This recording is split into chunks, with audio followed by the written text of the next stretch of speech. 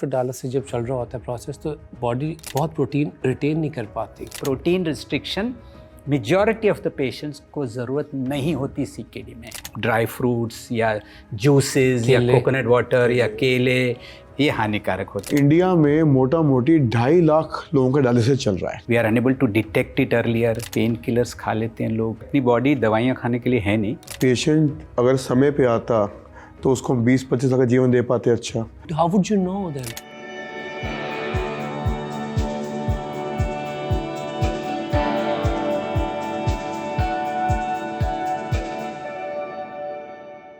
परिवर्तन ही जिंदगी का नाम है। Everything is going to change in life, especially when we grow old. So let's be honest, most of us do not take care of our health seriously until something goes wrong because our bodies are changing all the time. We assume high blood pressure is just stress and diabetes is something only our parents need to worry about. But here's the hard truth. These two conditions are the leading causes of chronic kidney diseases in India. India is one of the highest number of CKD patients in the world, up to 140 million people. That's more than the population of many countries. And the scary part, most people don't even know they have it until it's too late. CKD is the third fastest growing causes of death globally and is expected to become the fifth leading cause by 2040. So today we are breaking it down. What's really causing CKD and why we are all at risk. और इसी मुद्दे को समझने के लिए हमारे साथ जोड़ रहे हैं two amazing nephrologists, Dr. Umesh Khanna and Dr. Manish Malik, nephrologists par excellence. Doctor, it's an honor for me just to be sitting on the same table with you. Same here. Your experience, your compassion, your understanding of kidneys and kidney-related diseases is very important and also groundbreaking for us because internet पे information तो है बहुत सारी, उसके साथ misinformation भी बहुत ज़्यादा है। Yeah, that's true. बिल्कुल ठीक कह रहे हैं। And उसी की वजह से sometimes patients take a circuitous route and later on reaches. जब तक आते हैं तब तक काफ़ी सारा नुकसान हो गया। Irreversible हो गया उस टाइम। जिसको हम क्रैश लैंडिंग बोलते हैं।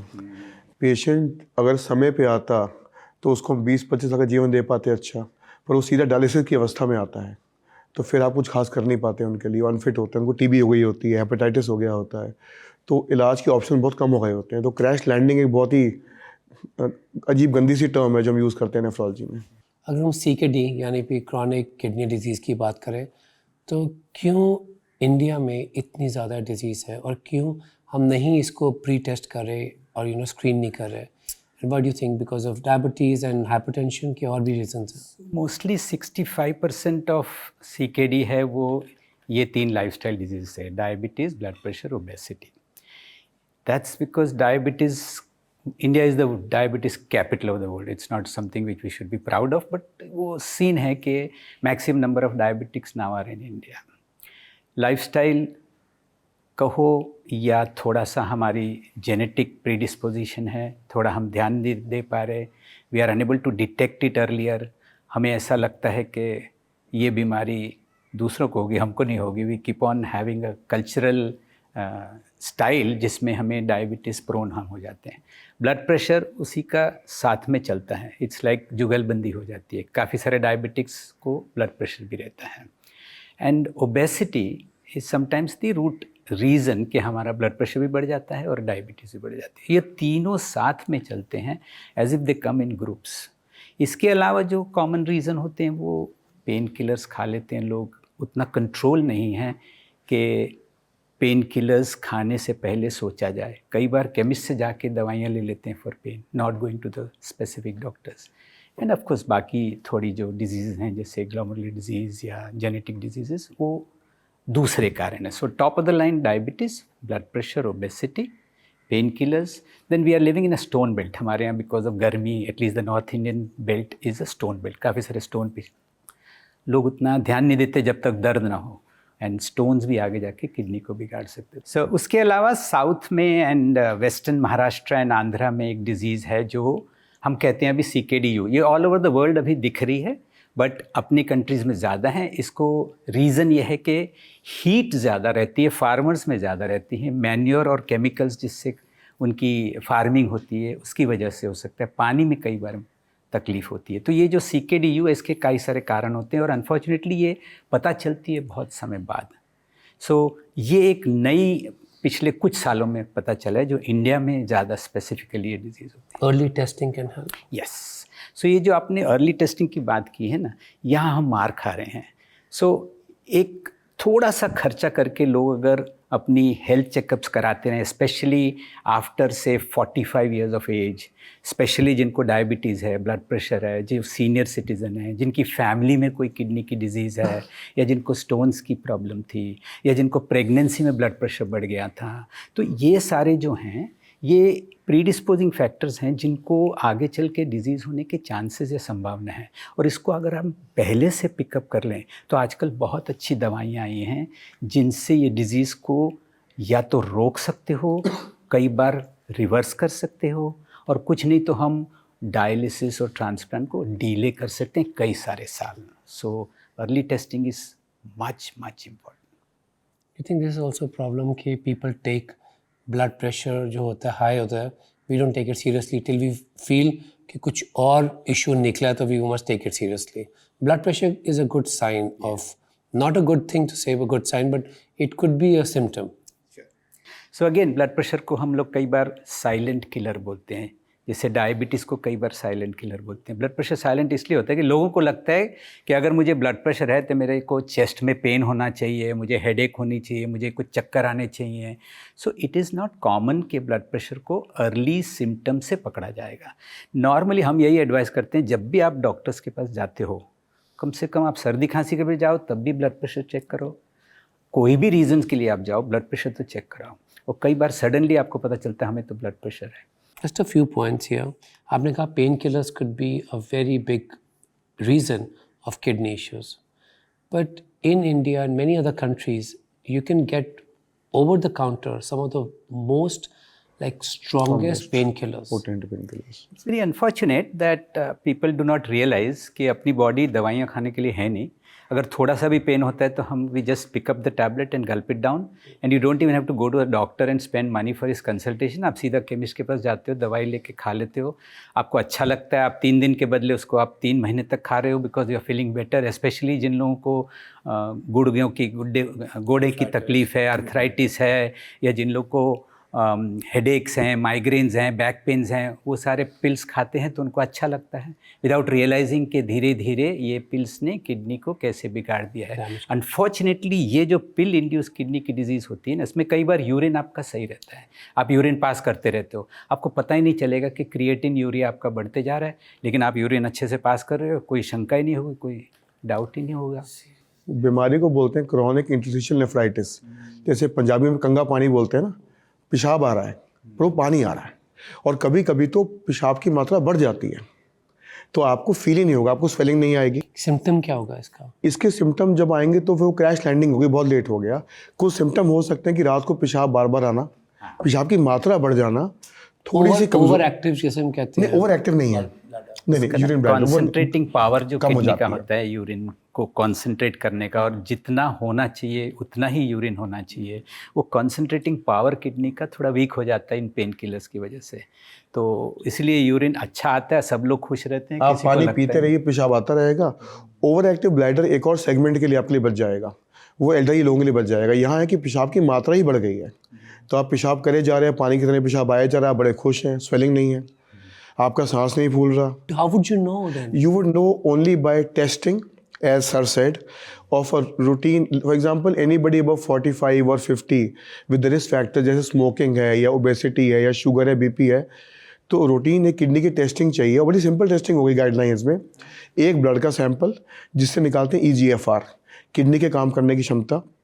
एक पेशाब का सैंपल निकालते हैं UACR, पेशाब में कितना प्रोटीन जा रहा है। 2 सिंपल ब्लड टेस्ट जो जनरली मेरा मानना है गवर्नमेंट में फ्री होते हैं, अगर पैसे भी देंगे तो 500 रुपये का खर्चा नहीं आएगा, बस 500 रुपये का खर्चा बचाने का लिए। और आप 1 साल में एक बार करा के आपको पक्का हो गया कि आप किडनी के मरीज़ नहीं हैं। तो इतना कुछ बदल रहा है, और इसके लिए आप ये सेगमेंट कर रहे हैं तो वी होप ये मैसेज चला जाएगा कि लोग अपने किडनी के बारे में, लोगों को ना हार्ट से बड़ा प्यार है। ईसीजी, आपको कुछ हो जाए ईसीजी, ईसीजी दिल का मामला। बट पेशाब की जांच जो मैंने यूएससीआर बोला, और पहले बोलते थे 24 घंटे का पेशाब इकट्ठा करो, कुछ नहीं करना। सुबह उठे, पेशाब का सैंपल दिया, लैब में दिया, दोपहर को रिपोर्ट आ गई, और अब इतना ईजी हो गया इंटरप्रिटेशन की, खुद ही पढ़ लिया कि ये नॉर्मल रेंज में आ रहा है, ये एबनॉर्मल रेंज में आ रहा है। एबनॉर्मल रेंज में आ रहा है तो एक अच्छे डॉक्टर जाके मिलें और वो दवाई शुरू कर दें। तो विकास जी, मिलियंस ऑफ फॉलोअर्स हैं आपके, अगर ये मैसेज पहुंच जाए लोगों के, ब्लड प्रेशर, फैमिली हिस्ट्री है किडनी की, उन लोगों ने अगर वंस अ ईयर भी रूटीन हेल्थ चेक कर लिया किडनी के लिए, जिसका बहुत खर्चा नहीं है, तो हमारे लिए भी ऐसा लगेगा कि आज के प्रोग्राम में हमने रियली कुछ बेनिफिट दिया जनता को। बिल्कुल। और पैसे की बात की तो मुझे अभी वो घड़ी याद है जब डॉक्टर ने कहा कि sister doesn't have more than 24 hours, तो मुझे लगा तू अभी $1 बिलियन भी मांगेगा ना, मैं लोन लेके दूंगा। सही बात है। तब पता लगता है लाइफ की कीमत कुछ नहीं है as compare to early detection, understanding कि you can protect your loved one. और एक बात मैं बोलना चाहता हूँ कि इंडिया में we have a parental idea of lot of sacrifice. Yes, I feel it's the kids who should drag their parents to get this testing done. मुझे लगता है कि इंडिया में it's parents are just to be the givers, yes, and पूरी life ऐसे बीत जाती है। And some of parents have guilt कि मैं क्यों अपने टेस्ट पे पैसे खर्चूं, बच्चों के करूंगा खर्च। As a kids, we have a obligation, we should do it as a duty to take our parents for checkups, because as we age, it's inevitable कि कोई ना कोई disease तो body में आएगी। मल्ली जी, कितनी अच्छी बात। आप किसी भी लैब की ऑनलाइन साइट पे जाइए, ऑनलाइन $800 पे करिए और फुल बॉडी चेकअप हो जाता है। अमेरिका में आप $800 में नहीं करा सकते, जो यहाँ आप $1000 में अप्रॉक्सीमेटली 50 टेस्ट कर देते हैं आपके। और 50 टेस्ट मेरे हिसाब से बहुत है वो एक साल निकालने के लिए कि अब अगले साल मोटा मोटी, अनलेस एक्सीडेंट हो जाए, कुछ और हो जाए, पर मोटा मोटी मैं ठीक रहूँगा। तो सब ऑनलाइन है, अपॉइंटमेंट बुक कीजिए, सुबह लड़का लड़की आएंगे, सैंपल खींचेंगे, सैंपल लेंगे, चले जाएंगे और शाम को रिपोर्ट आ जाएगी। तो आपके पेरेंट्स ने कहीं जाने नहीं है, आप कहीं भी टेस्ट करा लीजिए, घर पे सब कुछ होता है ना, home delivery of food, home delivery of test is also there. रिपोर्टें आपके फ़ोन पे आ गई। टच्ड बाय हिज पॉइंट कि जैसे इनके बहुत सारे यंग फॉलोअर्स हैं, if all of them listen to this idea and कि भाई अपने पेरेंट्स को आप और कोई गिफ्ट दो या ना दो, लेकिन एक ये हेल्थ और अपना फ़ोन खोलें और टेस्ट बुक करें और करा के छुट्टी करें। पेरेंट्स नहीं मानते, पेरेंट्स कहते हैं मुझे कुछ हुआ ही नहीं है, मुझे नहीं जाना। I lost my dad because of we were not detecting his asthma, we were not controlling his lungs. I lost him. I want him. एक भी दिन पापा अगर एक्स्ट्रा जी सकते अगर because of I had listened to other people. Yes. And I'm telling from a personal experience. it's coming from your heart. कि कुछ important नहीं है उनसे ज़्यादा, कुछ नहीं है। Losing him one was the biggest loss. Losing my sister again for medical reasons. I feel that we should be, ये conversations करने का यही मतलब है कि सब उठें। And if you have your phone on you, कोई लाइफ में इससे बड़ी इम्पॉर्टेंट चीज़ नहीं है पेरेंट्स की हेल्थ से, because they have given, we are not living in America way parents, the kids are moved out. हमारे पेरेंट्स की सोशल सिक्योरिटी सिर्फ हम हैं। वहाँ पे तो गवर्नमेंट पैसे दे रही है पेरेंट्स को, पेरेंट्स अलग रह रहे हैं, बच्चे अलग। यहाँ पे तो पेरेंट्स ने पूरी लाइफ सैक्रिफाइस कर दी, कोई स्टूडेंट लोन नहीं है, कुछ नहीं है, सारी लाइफ आपके ऊपर सैक्रिफाइस किया है। It's your duty to get up right now, use your phone right now and book them laboratory test. Book an appointment. You've spoken so well. I really am touched by it. Absolutely. It comes from deep pain, sir. Deep pain. And especially people who are living abroad. Your parents are here. Fix an appointment for them. They can keep saying no. कसमें डलवाओ, सब कुछ करो, get them to the laboratory. पर अगर कल सुबह कोई बंदा test लेने आ जाएगा ना, पेरेंट्स सैंपल दे देंगे। आपने बुक कर दिया, सुबह 7 बजे बंदा आ गया, घंटी बज गई, अब सैंपल लेने के लिए खड़ा है सिरिंज नीडल लेके, क्या मना करेंगे पेरेंट्स ना। तो यही चीज़ें मिला मिलू के हम, आई थिंक हम सब मिलके एक चेंज कर सकते हैं, इस पूरे इम्पैक्ट कर सकते हैं। Malik, I'm sure from say a month later you will see a lot of people going ahead with it after this program. I'm quite glad that this topic kind that we've given this मतलब lab वालों को आपको thank you बोलना पड़ेगा, उनके volume बढ़ जाएंगे lab वालों के। नहीं, so nice. हम नहीं लेते सीरियसली इसको। ये एक ऐसी बॉडी की ऐसी चीज़ है कि जब बहुत बोलते हैं prevention is the best cure, पर नहीं, जब तक we don't, the car doesn't stop, we don't take it for checkup, जब तक कुछ रुकती नहीं गाड़ी। So I think lifestyle today is one of the most important reasons for not only CKD but even heart disease, diabetes, obesity, and ये सारी चीज़ें एक प्रकार की जुगलबंदी है। It's almost like an orchestra, it comes together. आपने एक को इन्वाइट किया तो दूसरे साथ में आ जाते हैं अनइन्वाइटेड गेस्ट की तरह।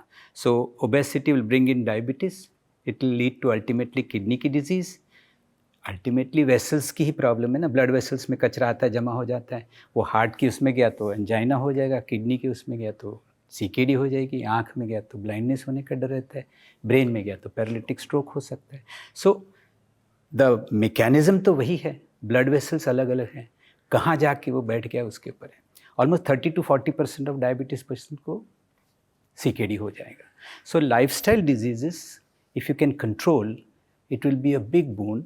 एंड आजकल लाइफस्टाइल डिजीज़ के ऊपर काफ़ी सारा काम चल रहा है। एज ही मेंशन कि अभी मेडिसिन इतनी अच्छी आई हैं जिसमें आप ओबेसिटी को भी कंट्रोल कर सकते हो, शुगर्स को कंट्रोल कर सकते हो, ब्लड प्रेशर को कंट्रोल कर सकते हो।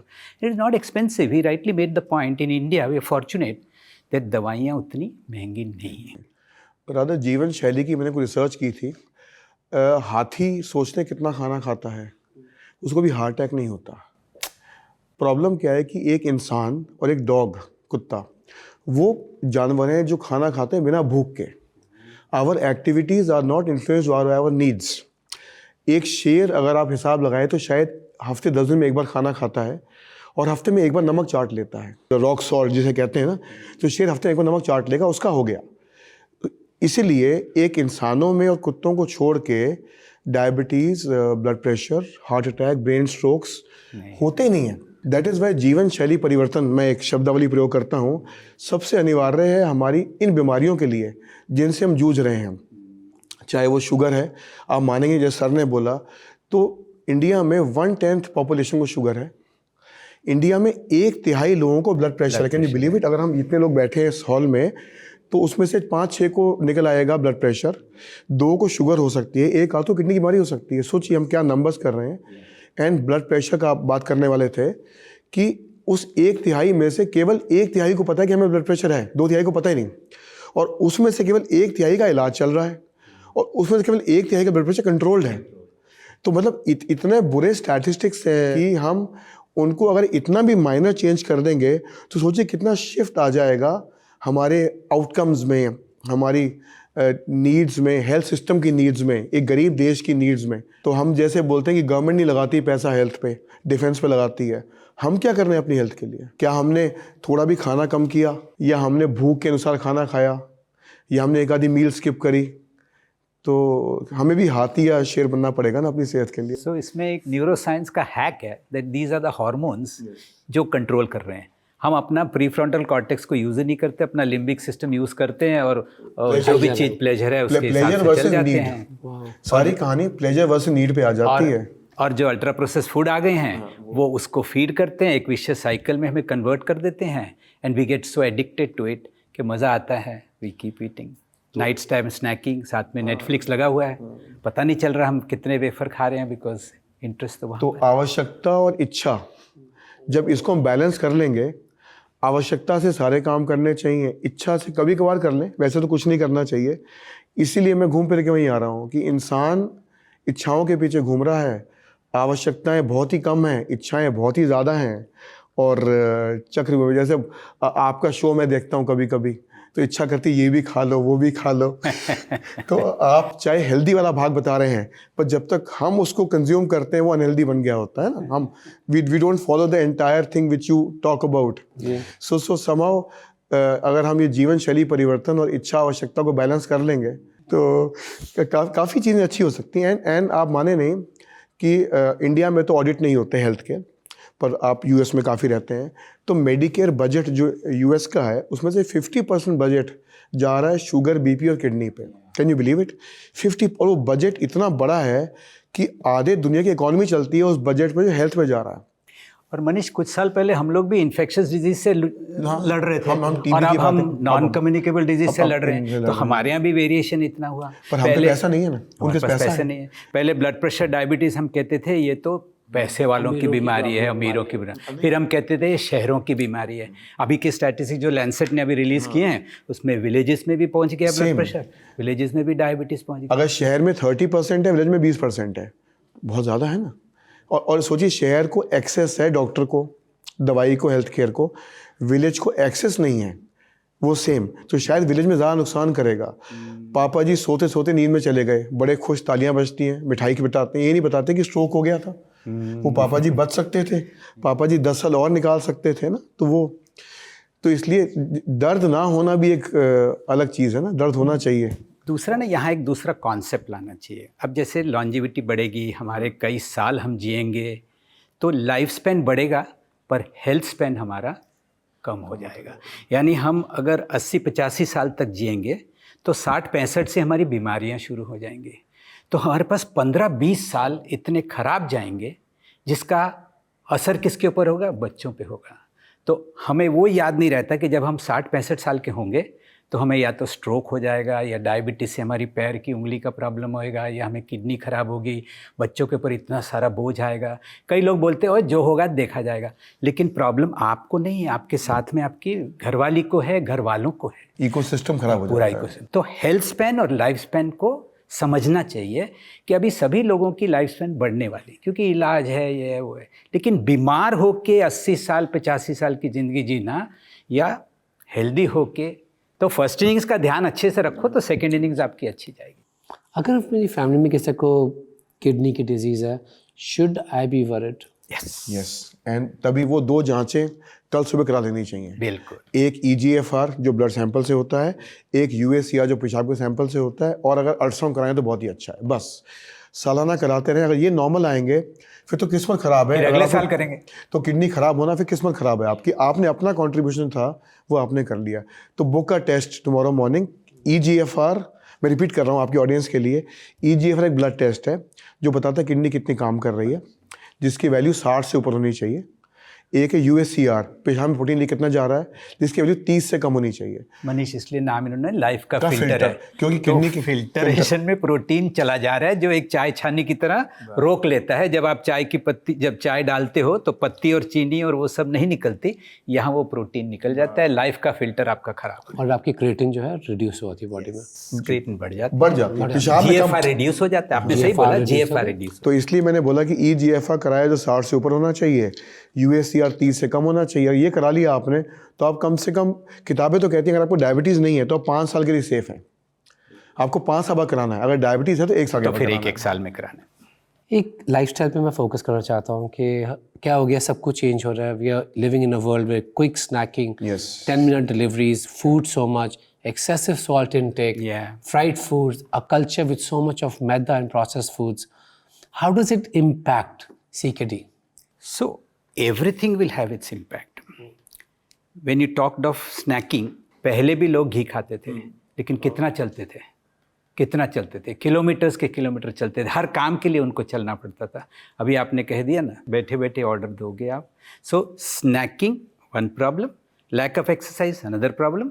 रात को अपने इंस्टा और फेसबुक और यूट्यूब चलते रहता है, sleep is another problem. So exercise, food या nutrition and sleep and of course emotional. हम अकेले हैं, we are preferring independence. हमारी family support system, हमारा जो emotional ecosystem है, दोस्त यार वो सब रह गए। हमारे दोस्त यार तो अभी इंस्टा के हैं, फेसबुक के हैं। So all that together makes this entire ecosystem ripe for having kidney disease. That's another point which you. और वही फिर आगे बात शुगर, जब हम बात कर रहे थे सेगमेंट से पहले, बिल्कुल ओवर कंजम्पशन। एंड हमारी डाइट एक स्टार्च कार्ब बेस्ड डाइट है। हम लोग अक्सर रोटी चावल में घूमते रहते हैं, प्रोटीन कम खाते हैं, तो डायबिटीज़ में यही कैलोरी इंटेक बढ़ जाता है। हमारी ओबेसिटी इसलिए बढ़ जाती है, एक्सरसाइज है नहीं, ऊपर से पोल्यूशन। आप बोले नॉर्मली कहते हैं कि smoking is a risk factor. इतने आर्टिकल दिल्ली में आते हैं, मैं दिल्ली से आया हूँ, कि आप रोज़ के 20 सिगरेट पी रहे हैं, जितना पोल्यूशन आपको है, तो आपको स्मोकर के जो रिस्क फैक्टर हैं, हार्ट के, किडनी के। जब मैंने पढ़ाई शुरू की थी सर के अंडर, मैं सर के स्टूडेंट की उम्र का हूँ, तो स्मोकिंग एंड किडनी एक पैराग्राफ था इतना सा। अब वो किताब बन गई है, smoking and kidney. And smoking आप रोज़ कर रहे हैं प्रदूषण में। मुंबई में थोड़ा कम है बिकॉज आपके पास समुंदर है, दिल्ली में बहुत ज़्यादा है, समुंदर नहीं है आपके पास। तो इतने प्रदूषण से आपकी ब्लड वेसल्स, आपकी डायबिटीज़, आपका BP, आपकी किडनी, आपका ब्रेन, आपका हार्ट, सारे ही तंग हो रहे हैं। So he brought out an important point, because of smoking वो block हो जाती हैं या constrict हो जाती है. So that's another area. And smoking in any form, passive, active, bidi, cigarette, तंबाकू, हुक्का, whatever, छुट्टा जो भी अंदर डालते हैं, all that is a form of tobacco which will या हवा, दिल्ली की या हवा, फिर दिल्ली की हवा। ये AQI 500, तो दिल्ली की हवा स्मोकिंग के बराबर है, और उसको हम चेंज नहीं कर सकते ना। कुछ होते हैं मॉडिफाइबल फैक्टर्स, कुछ होते हैं नॉन मॉडिफाइबल फैक्टर्स। स्मोकिंग आप बंद कर सकते हैं, पर प्रदूषण कैसे बंद कर सकते हैं आप? उसके लिए तो एक मेजर मास मूवमेंट चाहिए। जैसे सर ने बोला चलना, अगर आप चल के जाएंगे दुकान पे लेने के लिए, आपकी एक्सरसाइज हो गई, उधर फायदा हो गया एनवायरनमेंट को कि एक मूवमेंट कम हो गया, सड़कों में ट्रैफिक कम हो गया। तो ये सब कुछ ना आई थिंक मिला हुआ है, सब कुछ आपस में जुड़ा हुआ है। अब पता नहीं कितने घंटे बात कर सकते हैं इस विषय पे। ये फूड का भी, जैसे पहले लोग कहते थे कि सात्विक, राजसिक, तामसिक। आज तो मैं बोलूँगा घर का खाना sattvic, process food rajasic, and ultra process food tamasic. So you will have to change your definition of what is tamasic. तो अगर लोगों को ये आइडिया है कि भाई ये जो अल्ट्रा प्रोसेस फूड है ये तामसिक है, तो दे विल प्रॉब्ली वो लिंक कर देंगे अपने पुराने लोगों की जो दादी नानी सिखाती थी तामसिक खाना, वो सब लिंक करके convert it into modern day tamasic food. हमको पता है कि CKD में salt is a very big factor because salt helps retain water in the body, right? कोई ऐसे तरह का सॉल्ट है, कोई उसका कोई तोड़ है, because people are used to having salt in food. What would you recommend as the best salt? So I am actually very passionate on salt. We are working, we run a foundation, Mumbai Kidney Foundation, जिसका एक बहुत बड़ा slogan था, एक चम्मच कम. But I've always loved and appreciated your slogan, एक चम्मच कम नमक. Right? स्वाद अनुसार नहीं, एक चम्मच कम. एक चम्मच कम. So in fact, दूसरा स्लोगन है, remove the salt shaker from your house.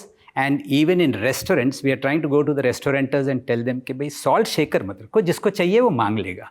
अगर ज़बरदस्ती पड़ा रहता है तो वो सूप में डाल ही देता है बगैर चखे. मैंने निकाल दिया. That's a great thing that you have done. I like people like you who on their own have done things. हमारी स्लोगन की ज़रूरत नहीं पड़ी उनको. So salt का ना this month only WHO ने गाइडलाइंस लाई हैं. This is a scientific paper जिसमें वो बोल रहे हैं कि आपकी रिक्वायरमेंट सिर्फ एक चम्मच है, नॉट इवन एक चम्मच कम, 1 स्पून पर डे, 5 ग्राम्स जिसको बोलते हैं. टीस्पून. 1 टीस्पून. Level teaspoon. हाँ, लेवल करना है teaspoon. This is 5 gram. Yes. Now मैं चाहता हूँ इसको अभी 2 पार्ट में डिवाइड कर दो. एक जो किडनी पेशेंट्स हैं उनकी सॉल्ट कौन सी होनी चाहिए वो अलग रहेगी, और जिन्हें किडनी की बीमारी नहीं है, जो ब्लड प्रेशर के पेशेंट्स हैं, हार्ट के पेशेंट्स हैं, या जिन्हें कोई बीमारी नहीं है, तो उसके लिए WHO बोल रहा है कि कोशिश कीजिए कि सॉल्ट सब्सटीट्यूट्स में जाइए. सॉल्ट सब्सटीट्यूट्स यानी 100% सोडियम के बदले आप 80% सोडियम ले लो और 20% पोटेशियम डाल दो. क्योंकि उसमें प्रॉब्लम एक ही है, आपको चेक करना है, वो आयोडाइज होना चाहिए. लो सॉल्ट अगर किसी भी छोटी मोटी कंपनी या उससे आया हो, उसने आयोडाइज नहीं किया हो, तो गॉइटर बन जाता है, which is very bad disease. So normal जिन्हें बीमारी नहीं है या ब्लड प्रेशर, हार्ट डिजीज़ है, they should try and shift धीरे धीरे टू सॉल्ट सब्सटीट्यूट्स जिसमें पोटेशियम आ जाता है. लो सॉल्ट. हाँ, आप धीरे धीरे बढ़ाइए ना, 5%, 10%, 15% करके जाओ, तो taste buds within 2 weeks taste buds adapt हो जाती हैं. नॉर्मली नमक में सोडियम होता है 40%. इस 40 को आपने कम करना है, सोडियम को, तो उसका सब्स्टिट्यूट पोटेशियम ही होता है. और दूसरा कहा जाता है कि पोटेशियम एक बड़ा अच्छा धातु है हार्ट और बीपी के लिए. एक कंसेप्ट है डैश डाइट, एक ज़माने में बोलते थे. तो डैश डाइट में पोटेशियम को बढ़ाना होता था, तो कहते हैं रोज़ 5 फल खा लो. उस तरीके से जो सेंधा नमक है आपकी, या जो पिंक सॉल्ट है, तो नमक का टेस्ट मेंटेन करना है, सोडियम घटाना है. तो उस 5 ग्राम में नॉर्मली आपका 2.25 ग्राम सोडियम होगा. अगर 2.25 को आप 1.5 पे ले आएँ और 1 ग्राम ऐड हो गया उसमें पोटेशियम, तो बन तो गया 5 ग्राम. मन की तसल्ली भी हो गई, पर जो आपका जो सोडियम का लोड गया शरीर को, वो कम चला गया. तो इसलिए पोटेशियम वाले सॉल्ट्स हो गए. पर जैसे सर ने बोला कि दूसरा किडनी वालों को अलग रखो, किडनी का अलग रखना है, क्योंकि किडनी में पोटेशियम बढ़ता है. किडनी जब काम करती है तो क्रेटिनिन बढ़ता है, यूरिया बढ़ता है, पोटेशियम बढ़ता है. किडनी कम काम करती है. We have to reduce potassium. आज अगर सुनने वाले लोग ऐसे होंगे जो पोटेशियम सॉल्ट मेरी बात सुन के लेना शुरू कर देंगे और उनकी किडनी सही नहीं है, तो वो गलत करेंगे. इसीलिए पहले से हमने 2 को डिवाइड कर दिया. तो जो किडनी वाले पेशेंट हैं, कम नमक पर नॉर्मल मात्रा में, नॉर्मल नमक कम मात्रा में, क्योंकि किडनी पेशेंट्स में कई बार सोडियम कम होने की आशंका रहती है. वो कोई दवाई पर सोडियम कम हो जाता है, और पोटेशियम बढ़ने की आशंका रहती है. तो जिसको किडनी की तकलीफ हो गई है, उनको नॉर्मल 35 रुपये किलो वाला आयोडाइज नमक ही प्रयोग करना चाहिए. जो 35 रुपये किलो अगर आप बोल देते हैं तो समझ जाता है इसकी सबसे सस्ता अच्छा नमक की बात हो रही है, कोई फैंसी नमक की बात है। जितने भी फैंसी नमक हैं वो महंगे होते हैं, उसमें 2% सिर्फ अलग चीज़ें होती है, किसी में थोड़ा पोटेशियम, किसी में आयरन, इसलिए कलर भी चेंज होता है। और ऑयल्स की बात करें तो what oils are good for patients with CKD? बड़ा सिंपल सा है, नॉट जस्ट सीकेडी, आप हो या मैं हूँ, जो तेल सर्दियों में जम जाएगा वो अच्छा नहीं है, और जो तेल सर्दियों में नहीं जमेगा वो अच्छा है। मोटा मोटी आप ऐसा कर सकते हैं, क्योंकि जब वो फ्रिज में सर्दी में जम जाएगा तो अंदर भी जाके जम जाएगा। सिर्फ अगर आप बॉम्बे में हो तो कोई भी तेल जमेगा नहीं। So what he meant was, मतलब दिल्ली की सर्दी, तो जैसे कोकोनट ऑयल है या बटर है या मार्जरीन है, देसी घी है, सीमित मात्रा में मना नहीं करूँगा, बट असीमित मात्रा में नहीं। जबकि जैसे ऑलिव ऑयल है, सरसों का तेल है, हमारा जो सबसे पुराना तेल सरसों का तेल है, तो वो वाले तेल तो उनमें अनसैचुरेटेड फैटी एसिड्स ज़्यादा होते हैं, जिसको पूफा और मुफा बोलते हैं। तो अगर वो ज़्यादा हैं तो हमारे ब्लड वेसल में जमेगा नहीं, तो वो एंटीऑक्सीडेंट का काम भी करते हैं। तो बड़ा सिंपल सा फॉर्मूला है, जो तेल आपने खरीदना है उसको फ्रीज़र में डाल दो, अगर कल सुबह जमा हुआ मिल जाएगा आपको तो आप उसको मत प्रयोग करिए। अगर वो फिर भी लिक्विड फॉर्म में पड़ा है, वेलकम कर रहा है कि मुझे प्रयोग कीजिए, तो ऑफकोर्स प्रयोग कीजिए उसको आप। How good is desi ghee? Desi ghee is not bad, that is very very important. Desi ghee is a very good source of vitamin D, of good things which you want to have, but everything has to be in moderation. सीमित मात्रा में सब कुछ और सीमित मात्रा में कुछ नहीं। जो मैं मेरी अपनी ओपीडी में मेरे पास एक डाइटिशियन है, बट जो इम्पैक्ट मैं दे पाता हूँ वो नहीं दे पाती। तो हमारा एक ही जवाब होता है, सीमित मात्रा में सब कुछ और सीमित मात्रा में कुछ भी नहीं। मैं इसको क्वांटिफाई कर दूंगा बाद में। बिल्कुल सर, करिए। इसमें ऐसा है कि कार्डियोलॉजिस्ट का ये मानना है कि दिन में 3 to 4 टीस्पून से ज़्यादा ऑयल आप नहीं लोगे। आपके घर में पर पर्सन 1/2 लीटर ऑयल की कंजम्पशन होगी। आपको ये ऑयल पसंद है, इनको ये ऑयल पसंद है, इनको ये ऑयल पसंद है, ठीक है, थोड़ी थोड़ी मात्रा में खाइए। जिस दिन आपने मकई के पराठे और आलू पराठे बनाए उस दिन थोड़ा सा घी और मक्खन लगा लो। जिस दिन आपको बंगाली खाना पसंद आया वो आप सरसों के तेल में बना लो। एक दिन आपको लगा कि नहीं मुझे तो साउथ की डिशेस बनानी है, कोई बात नहीं, कोकोनट ऑयल में बना लेना। लेकिन जैसे इन्होंने कहा, सीमित मात्रा is more important. It's more important कि आप कितनी क्वांटिटी यूज़ कर रहे हो, थोड़ा बहुत is all permitted. That brings me to a crucial question. What food diet plan would you suggest for patients with CKD? And those who have undergone kidney transplant, क्या उनकी डाइट में फ़र्क आता है? तो ट्रांसप्लांट के बाद है, ट्रांसप्लांट क्यों किया जाता है? एक ही जवाब के लिए, नॉर्मल। ट्रांसप्लांट आप कराते हैं नॉर्मल जीवन के लिए। तो नॉर्मल जीवन मीन्स नॉर्मल जीवन, मतलब नॉर्मल खाना पीना। In balance. In balance. अगर आपको शुगर थी तो शुगर रहेगी ट्रांसप्लांट के बाद, तो जाएगी नहीं, कभी कभी बढ़ जाएगी दवाई की वजह से। तो डायबिटीज़ वाले परहेज़ जो हम बात कर चुके हैं। अगर आपको बीपी था तो बीपी रहेगा, तो बीपी वाले परहेज़। पर अब आप सेंधा नमक खा सकते हैं, आपकी किडनी नॉर्मल है, आप पिंक सॉल्ट खा सकते हैं। घी तेल का सेम परहेज़, अगर आपको कोलेस्ट्रॉल हाई रहता है तो अभी भी रहेगा। तो ट्रांसप्लांट से आपने डायलिसिस बंद कर दिया, किडनी नॉर्मल कर दी, पर जो चीज़ों ने किडनी ख़राब की थी उनका रिवर्स नहीं कर सकते, जैसे कि शुगर था या बीपी था या जो भी इश्यूज़ थे। तो आपकी नॉर्मल डाइट, हमारा सुझाव होता है हाइजीन पे, साफ़ सफाई पे। क्योंकि ट्रांसप्लांट वाले जो हमारे मित्र हैं, मैं पेशेंट नहीं बोलूँगा, वो हमारे मित्र बन जाते हैं, हमारे साथ 20-20 साल रहते हैं, तो वो कुछ दवाइयाँ खाते होते हैं, इम्यूनोसप्रेसिव मेडिकेशंस, जिससे इन्फेक्शन का रिस्क बढ़ जाता है। अगर मेरा पेट ख़राब होगा, आज मैं कुंभ मेले से आया हूँ, मैं बोलूँगा नहीं ख़राब होगा, तो कल तक ठीक हो जाएगा। पर यही अगर किसी का ट्रांसप्लांट हुआ है, उनका एडमिशन तक की नौबत आ जाएगी। तो हाइजीन, साफ़ सुथरा पानी, अगर आपकी कम्युनिटी में पाइप वाटर सेफ़ नहीं है तो आप उबाल के ठंडा करके पी लें। खाना फ्रेश खाना है। मैं क्या समझाता हूँ कि पैकिंग या तो भगवान जी की हो या फैक्ट्री की हो। तो आपने केला खा लिया छील के, पर आपने मतलब अगर आप नहीं छील सकते, स्ट्रॉबेरी है, उसको साफ़ करना मुश्किल, तो मत खाया उसको।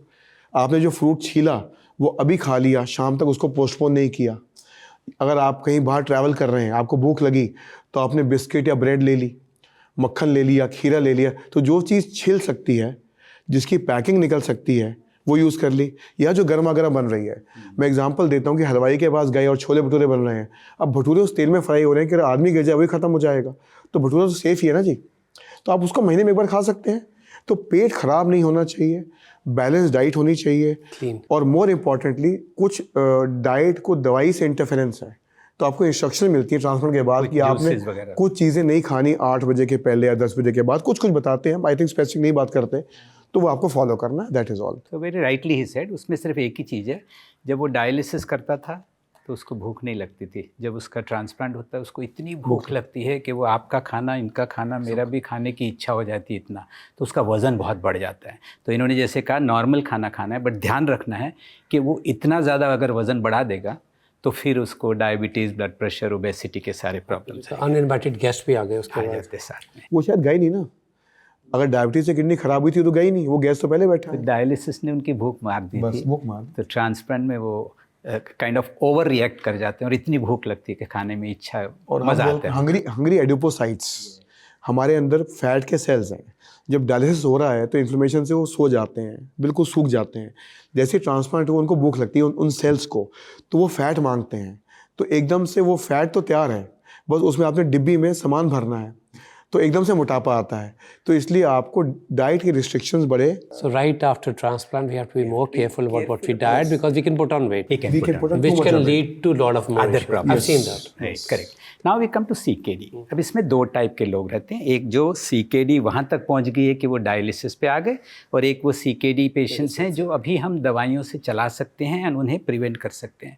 तो नॉर्मल टीचिंग क्या रहती है कि प्रोटीन रिस्ट्रिक्ट करो, फॉस्फोरस रिस्ट्रिक्ट करो, पोटेशियम के ऊपर ध्यान रखो, सॉल्ट के ऊपर ध्यान रखो, और पानी कितना पीना है उसके ऊपर। दीज आर द 5 पॉइंट जिसके बारे में डिस्कशन होता है।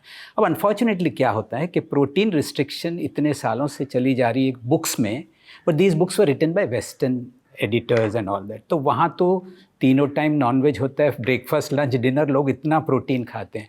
हमारे यहाँ जब डाइटिशियन को बोलते हैं कि कैलकुलेट कीजिए इस पेशेंट का कितना प्रोटीन है, तो वो नॉर्मल जितनी रिक्वायरमेंट है उससे भी कम खा रहा होता है। अगर हम कहते हैं CKD है तो आप 0.7 0.8 ग्राम्स पर किलो खाइए। अगर मेरा वेट 60 kg है तो मैं बोलूँगा 45 से 50 ग्राम प्रोटीन खा सकते हो। जब मेरी डाइटिशियन कैलकुलेट कर रही है तो मैं तो खा ही रहा हूँ सिर्फ 25 से 30 gram. So we are almost everybody is on a CKD diet only. अगर मेरी भी कैलकुलेट की जाएगी तो मैं अभी तक 68 या 70 ग्राम्स प्रोटीन नहीं खा रहा हूँ। सो उन्हें प्रोटीन रिस्ट्रिक्शन की ज़रूरत नहीं होती, जो एक मिस इन्फॉर्मेशन है जो पास आउट करना है। लेकिन हाँ, डाइटिशियन हैज़ टू चेक आप कितना खाते हो।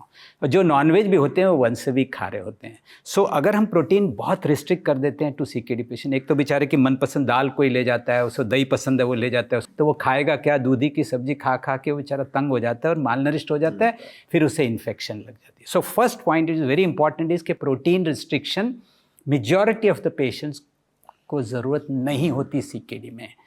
इनफैक्ट जो डायलिसिस पे चले जाते हैं उन्हें हमें बहुत ज़्यादा प्रोटीन देना चाहिए, बिकॉज वो डायलिसिस वाले पेशेंट्स को ज़्यादा प्रोटीन की ज़रूरत होती है, मसल बिल्डिंग की वगैरह सब ज़रूरत होती है। But also I've seen that after dialysis जब चल रहा होता है प्रोसेस तो बॉडी बहुत प्रोटीन रिटेन नहीं कर पाती। So therefore it is a challenge to increase protein in, and उस चैलेंज में अगर किसी ने उनका प्रोटीन रिस्ट्रिक्ट कर दिया जो उसकी मनपसंद चीज़ें थी, तो बेचारा वो तो नुकसान हो गया। जो मैंने कहा था इन्फ्लेमेटरी स्टेट, 100%। हंगरी एडिपोसाइट्स, तो आपको फिर टेस्ट को मैनेज करना है, एक्सरसाइज करनी है। Proteins are very important. तो हमारा तो बहुत सिंपल रहता है, जैसे ये कह रहे हैं ना कि हमारी डाइटिशियन शायद नाखुश होती है कि हम तो बोलते हैं भैया सब खा लेना, वेजिटेरियन, घर का, कम ऑयल, कम सॉल्ट, और अगर उससे सूजन है तो पानी कम पीना है। So these are the very simple ideas जो उनको दी जाएगी। बाकी फॉस्फोरस दवाइयों से मैनेज हो जाएगा, पोटेशियम का ध्यान रखना है। तो इसीलिए एक सबसे बड़ी इंपॉर्टेंट एडवाइस यही रहती है कि आप ड्राई फ्रूट्स या जूसेस या कोकोनट वाटर या केले, तो सिर्फ गिने चुने 4-5 फ्रूट्स होते हैं जो लो पोटेशियम वाले होते हैं, जैसे पपीता, सेब, नाशपाती, अमरूद, पाइनएप्पल, ये सारे लो पोटेशियम फ्रूट्स हैं, वो उन्हें कंज्यूम करने चाहिए। बट लोगों को, अब जैसे हम तो पंजाबी हैं तो वो बोलेंगे नहीं नहीं ड्राई फ्रूट के बगैर कैसे चलेगा, ड्राई फ्रूट तो खिलाओ, ये हानिकारक होते हैं, उसमें काफ़ी सारा पोटेशियम होता है। So in short, salt, water, potassium, ये 3 चीज़ों का ध्यान रखना है, बाकी किसी चीज़ का ध्यान नहीं रखना है। Of course in moderation. एक इम्पॉर्टेंट क्वेश्चन है, बहुत लोग जानना चाहते हैं, एक्सेसिबिलिटी। इंडिया में डायलिसिस सेंटर्स या फिर ट्रांसप्लांट्स ये कितने एक्सेसिबल हैं कॉमन आदमी को? इंडिया में मोटा मोटी 2.5 लाख लोगों का डायलिसिस चल रहा है, मोटा मोटी, जिसमें से 1.25 लाख गवर्नमेंट सपोर्टेड प्रोग्राम है। एक प्रधानमंत्री नेशनल डायलिसिस प्रोग्राम है जिसमें मैं नेशनल लेवल एडवाइज़र हूँ। तो वो 1.25 लाख लोगों का, उनके लाख लोगों का आधार कार्ड के बेस पे ही फ्री डायलिसिस हो रहा है, जिसमें the best quality machine, the best quality raw material, system, apparatus is being used for these patients। ये आप मानेंगे नहीं कि मैं पीछे तवांग तक पता किया था, तवांग में डायलिसिस होता है। तवांग में डायलिसिस हफ्ते और वो फ्री है। Free. It's a government clinic. This is basically called the Pradhan Mantri national dialysis programme. Narendra Modi ji का ये विजन था कि किसी को इससे ज़्यादा किलोमीटर ट्रैवल ना करना पड़े डायलिसिस के लिए और ना पैसे देने पड़े। तो वो तवांग तक में वो मशीनें पहुंच गई हैं, वो इक्विपमेंट जाता है, हेलीकॉप्टर से जाए चाहे घोड़े पे जाए, जैसे जाए वहाँ टेक्नीशियन डॉक्टर की विजिट सब होता है, डायलिसिस होता है। And we have qualified people. Dialysis is done by what we call dialysis technician, which is almost a 1 to 2 year training program, which is अभी done काफी सारे सेंटर in many करते हैं। centers होता है under supervision of a qualified nephrologist, जिसकी availability अभी भी लिमिटेड है। लिमिटेड है। बाकी 1.25 लाख लोग वो हैं जो प्राइवेट सेंटर्स में या जेब से खर्चा करके चैरिटेबल सेंटर्स में डायलिसिस करा रहे हैं। एक और डायलिसिस होता है CAPD, जो घर पे करते हैं लोग, होम डायलिसिस। उस पे इंडिया में कुछ 6000 लोग के आसपास CAPD करा रहे हैं। क्यों कितना कम? क्यों इतना कम? क्योंकि हम नहीं, एक्सपेंसिव की बात नहीं है, ये प्रधानमंत्री प्रोग्राम में CAPD भी फ्री है। बट हम लोग क्या चाहते हैं कि हम अस्पताल चले जाएं, हमारा काम हो जाए, हम घर आ जाएं, हम घर पे नहीं करना चाहते। प्लस घर पे रिसोर्स लिमिटेशन है, जैसे CAPD करना है तो एक कमरा चाहिए अकेले, आधे घंटे के लिए कुंडी बंद करनी है, उसका पक्का फर्श चाहिए, एक बेड चाहिए, एक टेबल चाहिए। तो आई थिंक उतने रिसोर्सेज अभी भी हमारे देश में सीमित हैं। बट प्रधानमंत्री प्रोग्राम में CAPD को भी पूरा इंकरेजमेंट दिया जा रहा है। और जो लोग जैसे बॉर्डर एरियाज हैं जहाँ हीमोडायलिसिस की मशीन नहीं पहुँच सकती, CAPD आप घर पे करते हैं, जहाँ पे सामान आपके घर पे आता है, डब्बों में सामान आता है, ट्रक भर के आता है, 1 महीने का या 2 हफ्ते का सामान आता है, आप CAPD करते हैं और हर 2 हफ्ते आपको सामान वो गवर्नमेंट प्रोवाइड करती है। तो CAPD से program, I think it's a brilliant treatment CAPD। अगर मुझे किडनी डिजीज़ होगी और मुझे डायलिसिस पे जाना होगा तो I will first choose CAPD, not because of affordability, but उसमें काफ़ी सारी फ्रीडम रहती है। मैं बंधा नहीं रहता हूँ मशीन से, मेरी I can travel with same fluids available all across the world. And CAPD service provider very few in the world. 2-3 international कंपनियां हैं, एक आधी इंडियन कंपनी है। तो अगर आप इंडिया में कहीं भी ट्रैवल कर रहे हैं तो वो कंपनी ही उतने समय अवधि के लिए आपका सामान वहाँ भिजवा देगी, या आप सामान लेके ट्रैवल कर लें। आपको एक दिन में 3 बैग चाहिए होते हैं, एक बैग 2 लीटर का आते हैं कि 6 किलो सामान है आपका पर डे। तो अगर आप 3 दिन को जा रहे हैं तो आपको 18-20 किलो जो आप एयर ट्रैवल में आपको अलाउड है ले जाना, आप चेक इन करिए, लेके जाइए। The government has done a good job in providing free dialysis. Leaders like yourselves who are actually creating awareness बहुत ज़रूरी है। Now the best part, हमने तैयार किया है एक वर्मिसेली उपमा आप लोगों के लिए, to show you a good kidney friendly dish.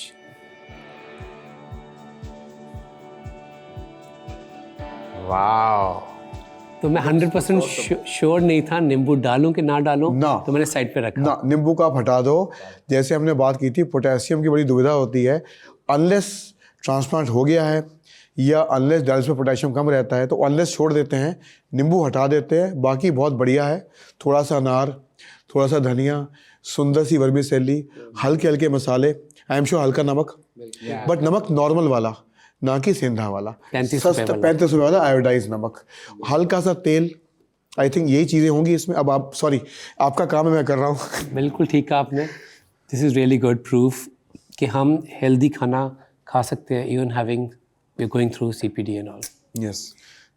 Another good part of it is वो आजकल जो 2 मिनट्स नूडल्स वाली जो चीज़ें लोग खा रहे हैं, that is actually fried and then made it. ये तो एक्चुअली रोस्टेड वो होता है, उसका आप बनाते हैं जी। Right. So and again if it's wheat and if you have put vegetables, there is a sprinkling of anar, so it becomes really a very healthy meal which CKD अगर चाहते तो इसमें पनीर भी ग्रेट करके डाल सकते हैं। तो अगर जैसे मान लें कि डायलिसिस पेशेंट होगा तो आप पनीर ग्रेट करके डाल दो, it will make या कोई चिकन खाता है, कोई एग खाता है, वो आई थिंक वो ऑप्शंस पॉसिबल हैं। एग वाइट कह रहे हैं क्या? Egg York? मैं बताता हूँ। पहला अंडा पूरा, दूसरे से वाइट। चाहे आप बॉडी बिल्डिंग करते हैं, चाहे आप जिमिंग करते हैं, चाहे आप ट्रांसप्लांट हैं, पहला अंडा पूरा। ऐसा कहा जाता है कि पीले वाले भाग में प्रोटीन ज़्यादा है। So total proteins of one egg is 6 grams. If you take egg white, तो it is 3 grams. यानी आप ऑलमोस्ट आधा निकाल देते हैं। बाकी पीला कम है साइज में, पर प्रोटीन ज़्यादा है, पर उसमें कोलेस्ट्रॉल भी है। तो इसलिए पहला अंडा पूरा। बहुत बहुत नए जुमले बन गए इस शो में। पहला अंडा पूरा, उसके बाद सिर्फ सफ़ेद। मुझे अपनी दादी की याद आ गई। वो ना छत पे बैठ के ना ये सेवियां बनाती थी हाथ से, गेहूं वाली, फिर वो सूखती थी अखबार पे रख के। बिल्कुल। तो ये वही अब आई थिंक अब पैकेज आ रहा है, तो उतना एफर्ट अब दादियाँ नहीं कर पाएंगी क्योंकि उंगलियां भी सबकी ऐसी हो गई हैं। But this is what we say, a very healthy food.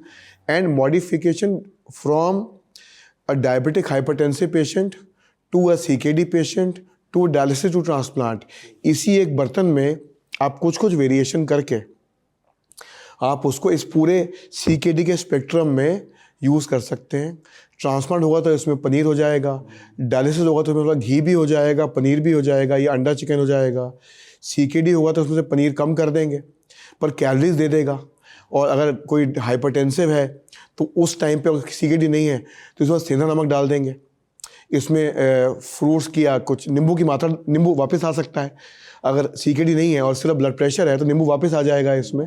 तो सोचिए एक ही बर्तन में हमने पूरा CKD का स्पेक्ट्रम कवर कर लिया. हम वैसे भी बोलते हैं फॉस्फोरस कम होना चाहिए, तो वर्मीसेल में फॉस्फोरस भी कम है, सो वो भी एडवांटेज है. What an I opening discussion. मुझे लग रहा है मुझे बहुत सारी चीज़ें अगर पहले पता होती, I could have given my sister little bit more stability during chronic kidney disease. So thank you, Dr. Saab, so much. This is such an honor. It was such a pleasure being with you and getting emotionally connected with you. आपने काफ़ी कष्ट देखा है और हमने देखा कि हमारे CKD के मरीज़, उनकी फैमिलीज़ बहुत कष्ट देखते हैं जीवन में, पैसे से भी, सेहत से भी. अगर हम CKD के नंबर्स को कम कर सकें किसी तरीके से, जैसे मैंने बोला स्क्रीनिंग टूल्स के प्रयोग से, तो शायद हम सब एक इस प्रोग्राम की वजह से इम्पैक्ट कर पाएंगे. We will do our best ताकि आपका ये मैसेज है ये दूर तक पहुंचे. So my Mumbai Kidney Foundation people will be very happy that today I am with you. हमारी मुंबई किडनी फाउंडेशन यही काम कर रही है. We are concentrating more on lifestyle diseases, especially catered around food. इसलिए सब लोग बहुत खुश हुए थे जब हमें पता चला कि हम विकास खन्ना जी के साथ. What an honor for me. So I think I'll be very happy. हम मुंबई किडनी फाउंडेशन के लोगों को भी बताएंगे कि because of you इतने सारे मैसेजेस जा सकी सब जगह पे. कुदरत ने जो ह्यूमन बॉडी बनाई है, मेरे को लगता है सबसे बड़ा मिरेकल यही है यूनिवर्स का. और किडनी का जो फंक्शन है उसमें to filter all the toxins of the body and keep all the other organs healthy. I think this is a magical organ. Absolutely. और यही हमारा लाइफ का फिल्टर भी है, how to stay safe not just for cells but for families. और इसीलिए world kidney day मनाया जाता है हर साल सेकेंड थर्सडे ऑफ मार्च. एक दिन फिक्स कर लिया गया है और ये काफ़ी सालों से मनाया जा रहा है और हर साल इसका थीम चेंज किया जाता है जिससे कि वो स्टैग्नेंट थीम ना हो जाए. तो इस साल का थीम डॉक्टर खन्ना सर बताएंगे. दिस ईयर की थीम है बहुत ही बढ़िया है, because are your kidneys okay. हम तो बेसिक में जा रहे हैं कि are your kidneys okay, please look after not only your kids but also your kidneys. और यही जानने के लिए book a test tomorrow morning. Coming back to square one. वही 2 टेस्ट हैं EGFR UACR जो बता देंगे are you kidneys okay, yes या नो. जैसे आप अपने किड्स के फ़ोन को चेक करते हैं कभी कभार, आर यू किड्स ओके, वैसे ही आप किडनीज ओके चेक कर लीजिए. 2 टेस्ट बुक कराने, 500 रुपये खर्चा आएगा. कोई बंदा घर आएगा, पेशाब और ब्लड का सैंपल ले जाएगा, 4-6 घंटे रिपोर्ट फ़ोन पे आ जाएगी एंड किडनीज ओके. तो 1 साल के लिए फ्री. नॉर्मल डायबिटिक लोग 1 साल के लिए फ्री और नॉन डायबिटिक लोग 5 साल के लिए फ्री, एक टेस्ट करा के. वाह.